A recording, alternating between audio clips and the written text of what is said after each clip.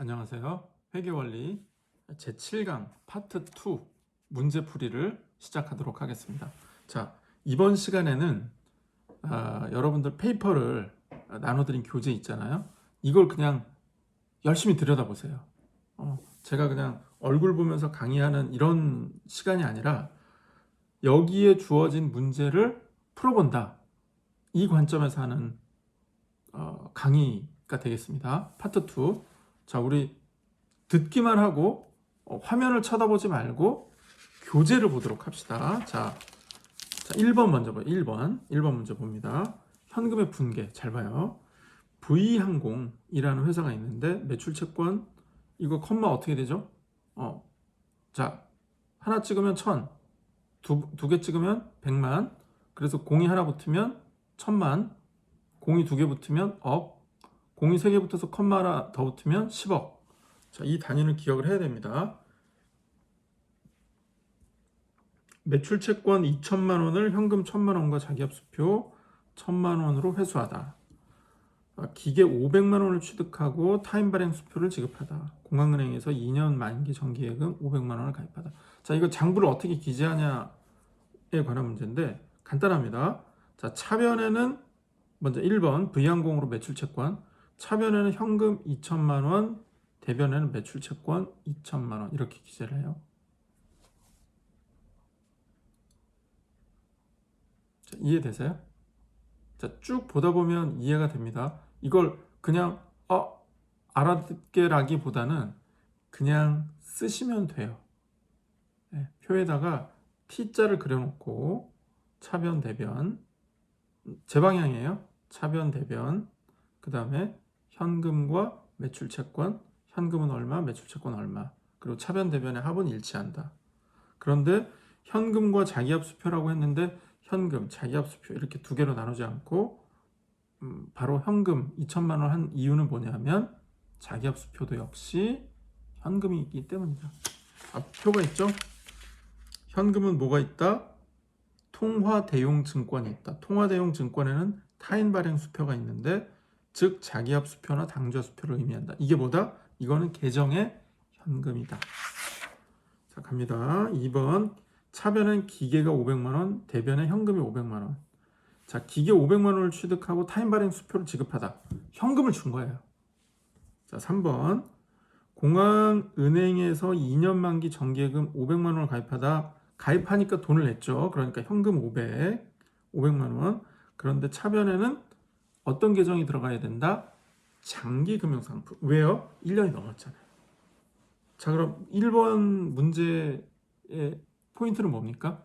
우리가 계정을 뭐라고 표현하는 것이냐? 자, 다시 앞장 갑니다. 테이블 2에 보시면은 구성 항목은 이러이러하다. 타인 수표도 있고 지폐도 있고 보통예금도 있고 당좌예금도 있고 만기가 1년을 초과하는 금융상품도 있는데 이거를 뭐라고 표현한다? 현금, 현금성 자산, 단기금융상품, 장기금융상품으로 구분해서 기재하라 라는 게 회계원리 시간에 배워야 할 내용이 되겠습니다. 당좌예금의 분계는 자, 다음 거래를 분계하시오 해서 현재 당좌예금 잔액은 1,500만 원, 당좌 차월 한도액은 2천만 원이다. 자, 일종의 마이너스 통장이라고 했어요. 내가 가진 돈은 1,500인데 실제는 계좌는 2천만 원까지 쓸 수 있다는 거예요.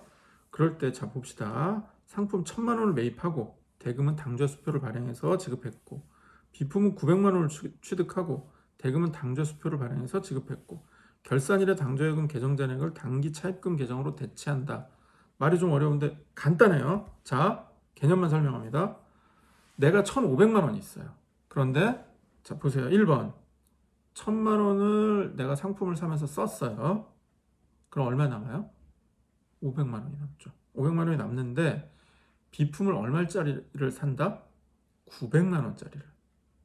필요하니까 사는 거예요. 기업 활동에서. 900만 원짜리를 사니까 나 500만 원밖에 없는데 어떻게 되죠? 400만 원이 마이너스가 발생을 하죠. 근데 다행히도 당좌 차월 한도액이 2천만 원이었기 때문에 내가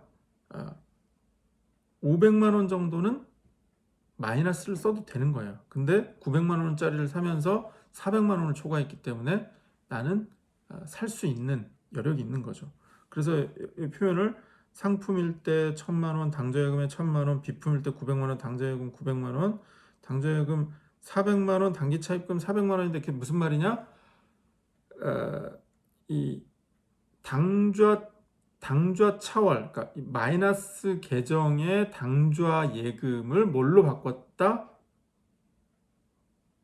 대여금, 단기 차입금으로 바꿨다.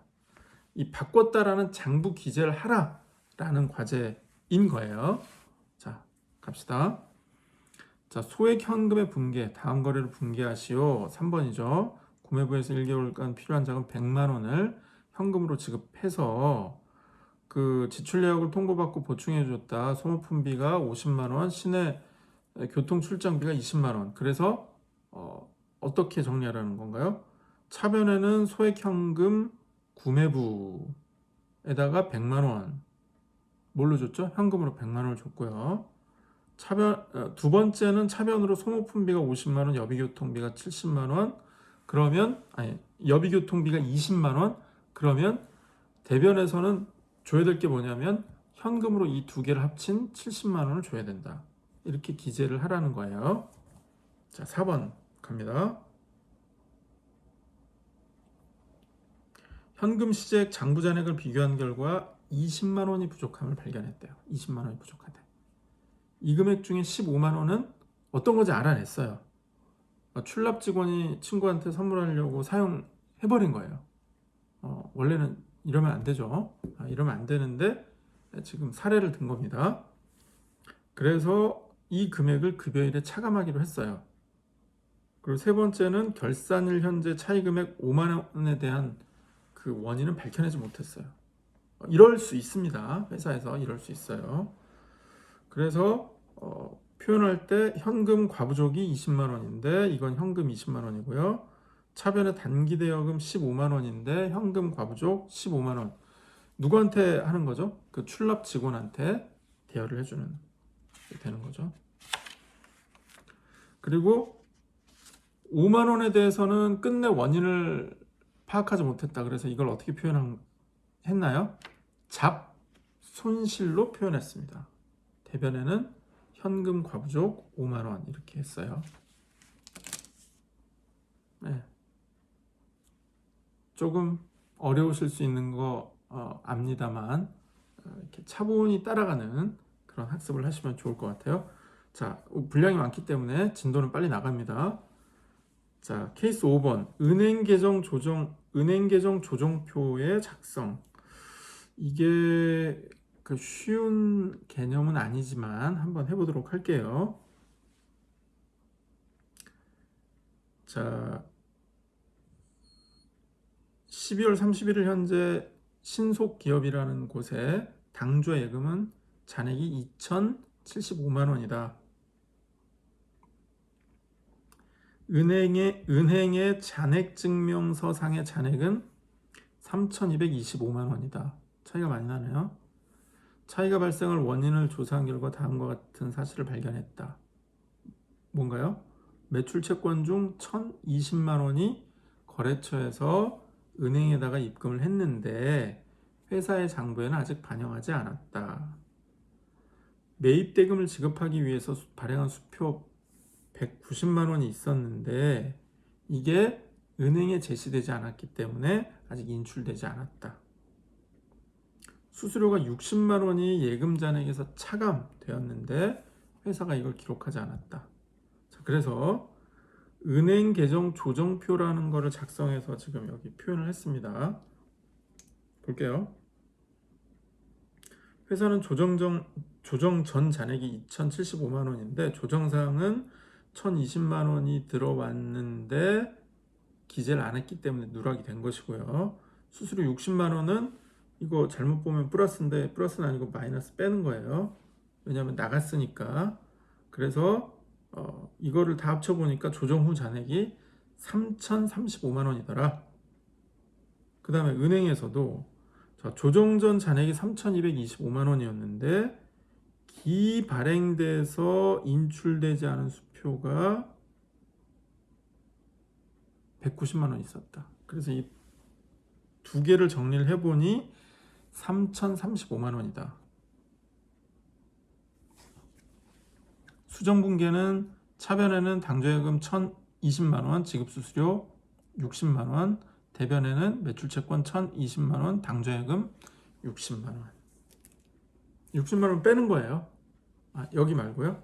은행계정 조정표에서 빼야 되는 겁니다.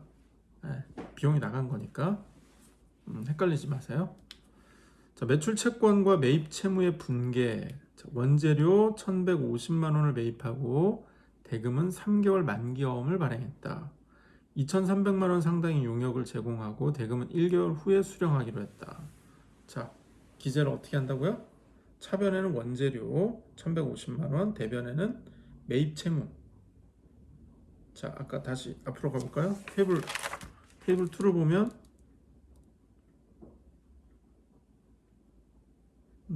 여기는 이렇게 표현 안 되어 있는데 유동부채 잠깐만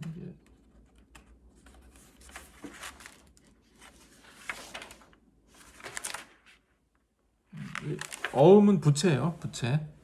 부채이기 때문에 어디 갔습니까? 매입 채무 또는 지급 어음 해서 1,150만 원 이렇게 기재를 했고요. 그 다음에 용역을 제공한 거는 매출채권 또는 외상매출금으로 2,300이고 대금은 지금 나오는 건 아니니까 그러니까 미수수익이죠. 미수수익이 되는데 용역수익은 2,300만 원이다. 이거는 장부상으로는 그 시점에서 발생한 겁니다.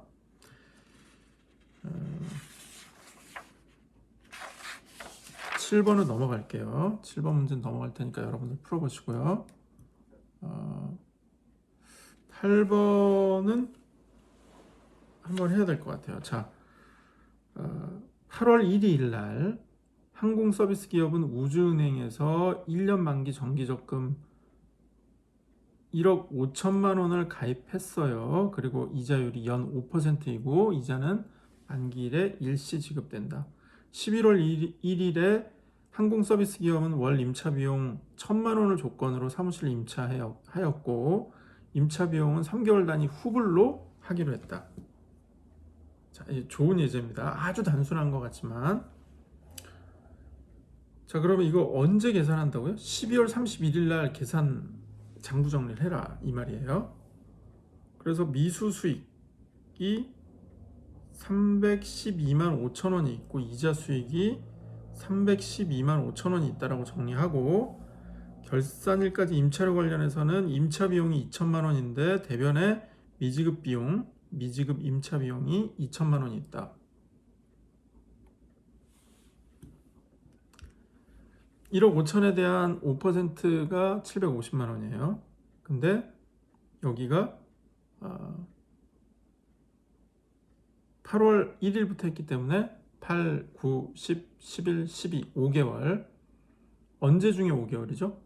12개월 중에 5개월 동안 이제 예금을 했기 때문에 그거에 해당하는 만큼의 이자 수익은 발생하는 걸로 봐야 되는 거죠. 그 계산을 한 거고요. 결산일까지 미지급 임차료가 있다라는 건 뭐냐면은 11월 1일부터를 하고 3개월 후불로 하기로 했기 때문에 11월과 12월의 두 달은 임차료를 내야 되는 의무가 발생을 한 거예요. 그런데 다만 현금을 주지 않았을 뿐이죠. 그래서 여기서 어떻게 표현했다? 임차 비용 2천만 원이 발생을 했는데 이거는 미지급 비용이다. 내가 아직 지급하지 않은 비용이다. 그러나 돈이 있다고 해서 이거는 뭐 내 돈이다 이렇게 보면 안 되고 여기서 미지급된 거에 대해서는 줘야 되는 채무가 있는 거다라고 인식을 한다는 것이죠.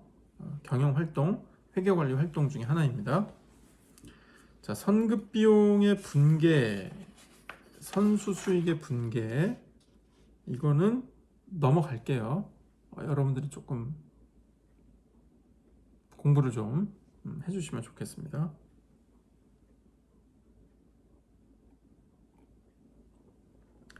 매출 채권과 대손 회계 처리에서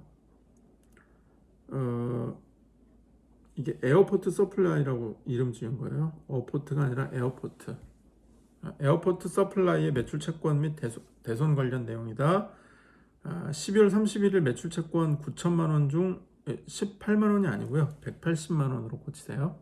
180만 원. 1,800,000. 네, 그렇게 고쳐주세요. 180만 원이 회수 불가할 것으로 예상되었고 2월 7일 날에는 100만 원이 손실로 확정이 되었고 5월 3일에는 추가로 140만 원 대손이 확정되었고 12월 31일은 매출 채권 잔액이 1억이고 이 중에 200만 원은 회수 불가능한 걸로 보여졌다.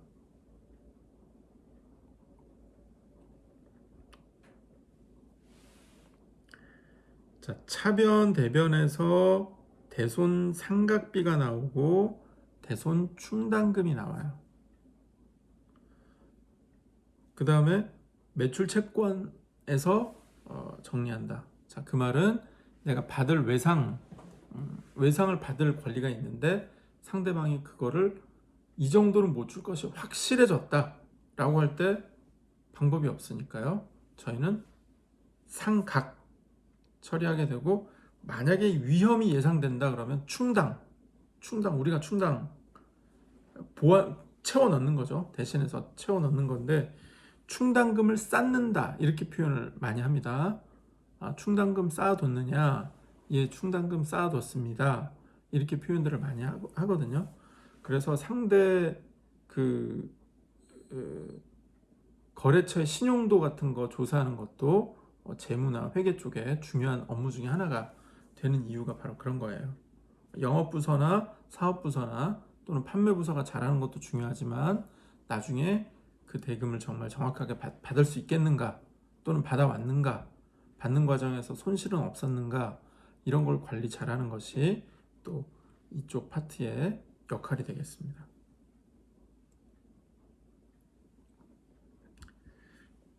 자, 보면 매출 채권이 있는데 대손 충당금이 180만 원이 돼서 8,820만 원이 되고 또 대손 충당금 80만 원이 또 추가가 되고요.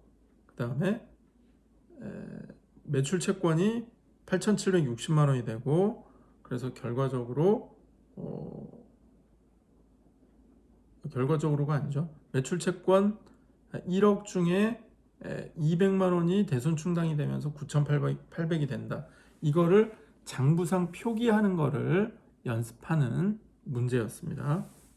이거는 그냥 여러분들 써보시길 바래요. 종이에다가 우리 복식부기는 그냥 T자를 쓰면 됩니다. T만 쓰고 이렇게 박스까지 치지 않아도 돼요. T만 하고 차변 대변 이거는 뭐 당연히 있는 걸로 보고요. 여기 계정 과목과 얼마 이렇게 쓰는 연습을 몇 번 하시면 좋겠습니다. 자, 12번 선급 비용과 선수 수익의 회계 처리 해서 뭐가 나오냐면 화재보험 1년치 보험료 120만 원, 임대해주고 6개월치 임대 수익 600만 원, 연이자율 6%로 500만 원을 단기되어 했다. 월급여 200만 원의 직원을 채용했다. 자, 이런 것들이 실제 기업 활동에서 벌어질 수 있는 일인데 대금의 지출과 그 다음에 개념적인 외상이 발생하거나 채권이 발생하거나 하는 부분에 있어서는 장부 잔액과 맞지 않기 때문에 은행 잔액과 장부가 맞지 않기 때문에 기재하는 법을 배우는 그런 연습 문제가 되겠습니다. 이것도 결국은 보험료라는 것이 현금을 줬으면 현금이 되는 것이고요. 그 다음에 6개월치 임대 수익을 미리 받았다는 건 현금을 내가 받았다는 것이고 그 항목은 선수 수익이 되는 것이고요.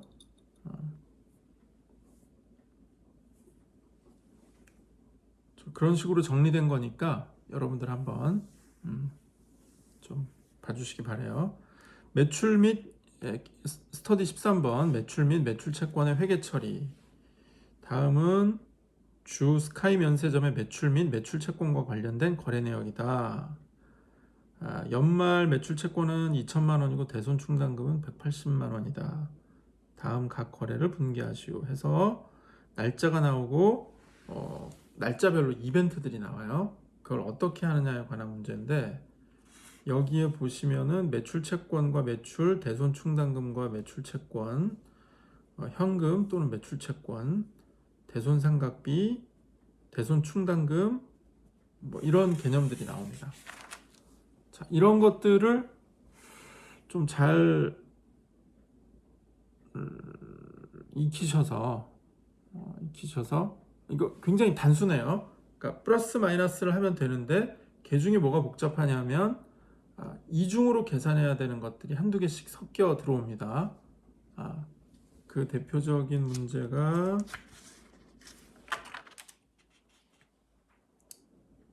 아까 보면 풀이한 것 중에 하나 있거든요.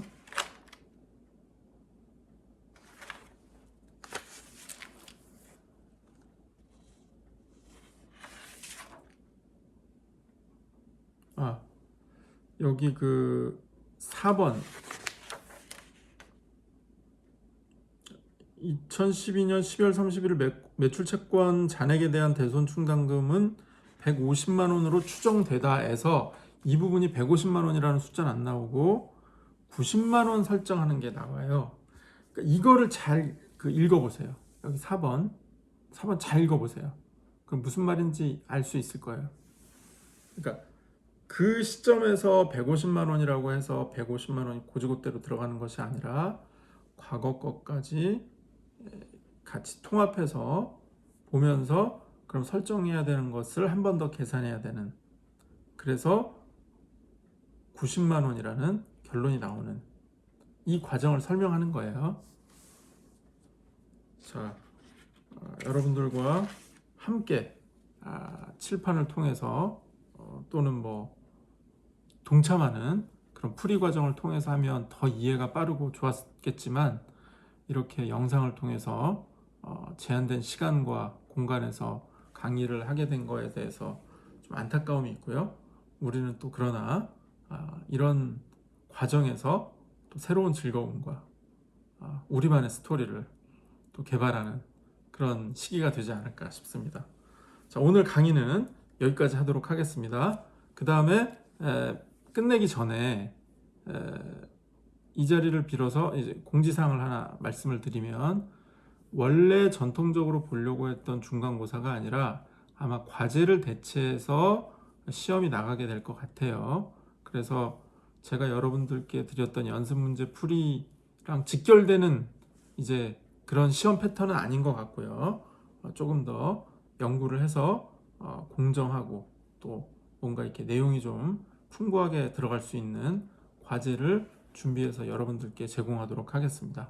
자, 그러면 날씨 추워지고 있는데 잘 건강관리 유의하시고 또 다음 주에 뵙도록 하겠습니다. 감사합니다.